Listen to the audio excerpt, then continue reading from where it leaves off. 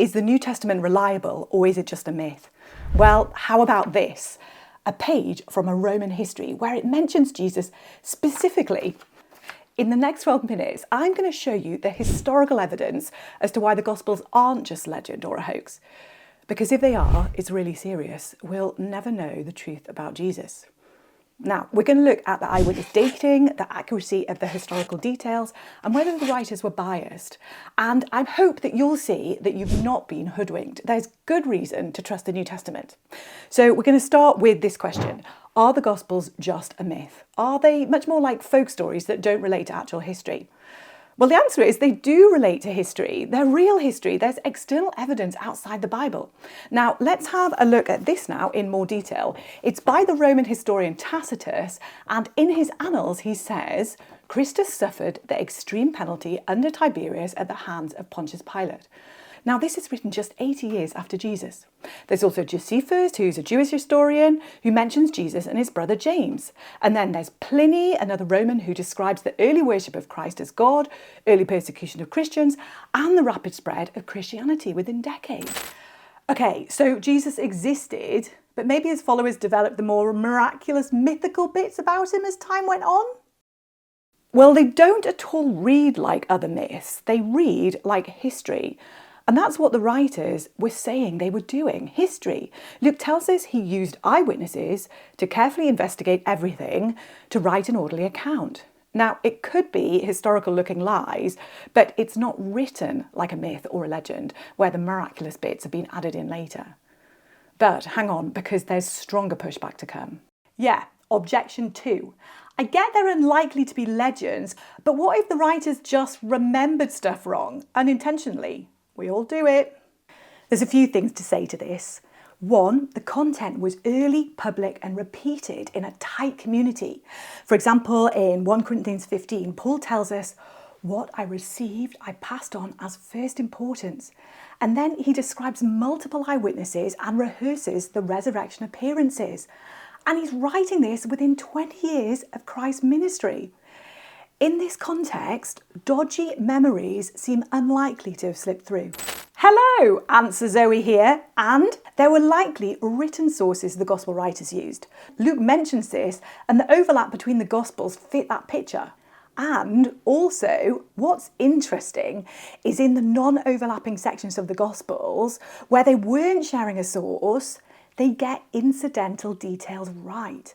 For example, at the feeding of the 5,000 in John 6, Jesus asks Philip where to buy bread with no explanation of why Philip. But Luke 9 puts the scene near Bethsaida, and John 1 says Philip is from there. The detail clicks only when you combine them. Now, these kind of mentions would have been the first to go if memory errors were an issue or if they were making things up. So, we've seen the Gospels being the stuff of legend or myth just isn't likely. But stick with me, because the next suggestion is even tougher. Yeah, what if the writers were actually lying? Could the Gospels be an elaborate hoax used to gain money or political power? Well, they're unlikely to be a hoax because of their early date. So most scholars date the Gospel to within about 40 to 60 years of Jesus' death. And a good reason for this is that from the earliest records, the Gospels were consistently attributed to Matthew, Mark, Luke and John. Now, in particular, Mark and Luke were relative nobodies, so why would they be picked as the authors unless they actually were? But I don't get why an early date for the Gospels means they aren't a hoax. Well, the early date means that lies could be challenged by the Christian community. Lots of eyewitnesses and their peers were still alive to contradict a hoax. Just as dodgy memories would be corrected, a fabricated public claim, for example, that a miracle had happened in a certain place, is easier to expose by those who lived through it. And an early date means the lies could be challenged by Christianity's enemies. So lies brew best when they start privately and time and distance prevents denials. But Christianity began very publicly in Jerusalem and quickly faced hostile scrutiny, both Jewish and Roman. That would definitely have made a hoax more difficult. So, in terms of replying to the hoax suggestion, we've seen it unlikely because of the Gospel's early date. And next is where it gets fascinating. The Gospels also contain the kind of details you'd never expect to survive if they were just made up stories. So 2, accurate local knowledge. If the authorship is correct, then these guys were very close to the action. Matthew and John were disciples, so they were direct eyewitnesses, and Mark recorded Peter's testimony, and Luke carefully investigated eyewitness sources. And that shows in the details. Firstly, people's names. So the Gospels mention lots of names and they get them right. So just like today, names can be ranked by popularity. You know, Olivia's at the top and Gertrude is lower down. Well, the Gospels match the stats of the time. So outside the New Testament, in Palestine, Simon and Joseph are the most popular, coming in at about 15%. And in the Gospels and Acts, they show up at around 18%. And for the most common names, they add clarifiers, Simon Peter, Simon the Zealot, etc. And they add them exactly to the popular names that would need them. Now, this detail is not what you would expect if the Gospels and the names in them were made up. Secondly, local geography. So all the Gospel writers are very accurate on geographical details. For example, they know obscure places such as villages like Ephraim or Bethsaida. They always get local topography right, knowing which places are up or down from each other. For example, they know that Canaan is up from Capernaum, which is below sea level. They know flora and fauna, that sycamore trees, which like low altitudes grow in Jericho, the lowest city on earth. But they could have researched these details at a later date, especially if you lived in the land. Historical fiction writers do this all the time. Well, as C.S. Lewis points out, there was no such thing as historical fiction then. That kind of writing just didn't exist. But aside from that, the apocryphal Gospels don't have this detail. We've got actual later Gospels to compare with. For example, the Gospels of Thomas and Philip, written a century later. Now, they just don't get this texture right. Read them. Their writing just floats timelessly. It's got none of this grounded historical detail. And that's not all. Because the third reason why the Gospels aren't a hoax might be the most embarrassing evidence of all. 3, the embarrassing details. Peter denies Jesus 3 times, and it's in all 4 Gospels. It's not a good look. Not only this, but the rest of the disciples have fled at Jesus' arrest, they fall asleep in Gethsemane, they doubt the resurrection appearances, and they constantly misunderstand things.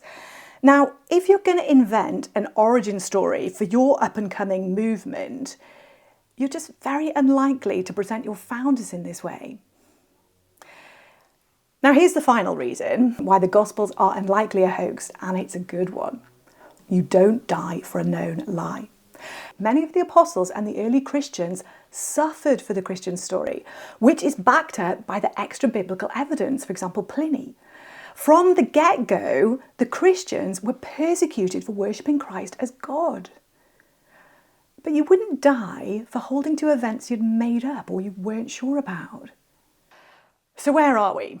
Well, if the Gospels are early, accurate about the local details, contain embarrassing accounts of Christianity's founders, and are dangerously costly for the writers, it does make it much more implausible there'd be a hoax.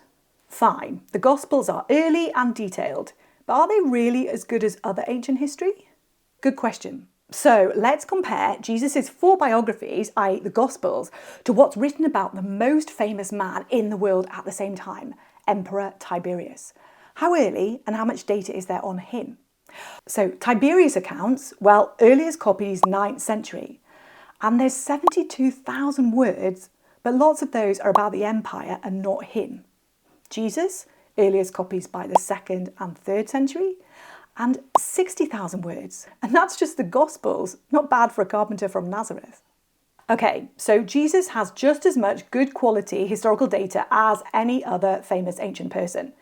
But are you trying to say something more? Well, yes, if we're willing to trust the facts about Tiberius or whoever on the basis of manuscript dates or because the data we've got seems solid, but then we refuse to say the New Testament is reliable because of those same things, well, that's just being inconsistent. So we've shown the New Testament is unlikely to be legend or hoax.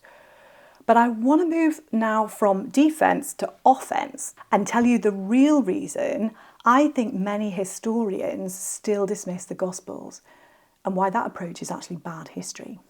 Now, this dawned on me when I was listening to the Rest is History podcast, which I love. In an episode on Jesus, the guys rated the Gospel story for if things happened or not. The non-miraculous bits happened. The miracles didn't happen. But they didn't give an argument. And then I realised that's how historians are trained to do history. It's called methodological naturalism. Any non-natural cause has to be excluded. And if you let it in, they say you're no longer doing history, just theology. But stop and think. To say miracles can't happen, therefore miracles didn't happen, is assuming the answer before you've even looked at the evidence. That's not neutral history, that's bias. Now, bias itself isn't always bad. If you look at the evidence, see miracles, and conclude Jesus is God, that's a rational bias. And that's the strong position that the Gospel writers take. But starting with your conclusion before you look at the evidence is unfair bias, which is exactly what methodological naturalism does. Now, if God really stepped into our world, wouldn't miracles be the very thing you'd expect? And doesn't it make sense that some would resist that claim of authority no matter the evidence? Could that be the reason why good historians are doing bad history? The Gospels themselves say people literally saw Jesus' miracles yet still refused him. The issue wasn't a lack of evidence, it was will. They didn't want to accept him. So, how do we know the Gospels are true? Well, they're unlikely to be legend, they're unlikely to be memory failure, they're unlikely to be a hoax, and they have good historical data compared to other ancient writings. But there's a problem. Even if everything written was legit and truthful, how can we be sure that what we've got now in our Bible is the same as what was originally written? Have the copies been corrupted over time? And if you want to know the answer to that question, check out this video.